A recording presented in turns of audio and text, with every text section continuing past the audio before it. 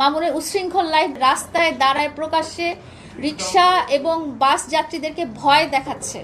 সে এই সাহসটা কোথায় পেয়েছে? তাকে কখনো কেউ শাসন করেনি। প্রতিবারই সে এরকম যখন কোনো ঘটনা করেছে, তাকে কেউ তার পরিবার থেকে বলেন, তার সমাজ থেকে বলেন, বা তার বন্ধু বান্ধব থেকে বলেন, বা তার অভিভাবকদের থেকে বলেন, তারা কেউ কখনো শাসন করেনি বা বুঝিয়ে বলেনি যে মামুন এটা ঠিক না, এটা সামাজিক জিনিস না, বা এটা কারোর জন্য ভালো না, এটা তোমার জন্যও ভালো না। আমি যে মামুনকে কারাগারে ঢুকিয়ে আমি খুব হ্যাপি হব এরকম কিছু না।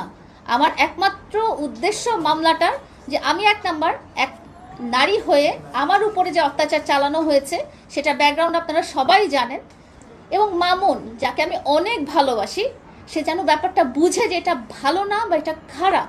আমার কোনো উদ্দেশ্য নাই যে তাকে আমি শাস্তি দেই, সে কারাগারে ঢুকে বসে থাকুক।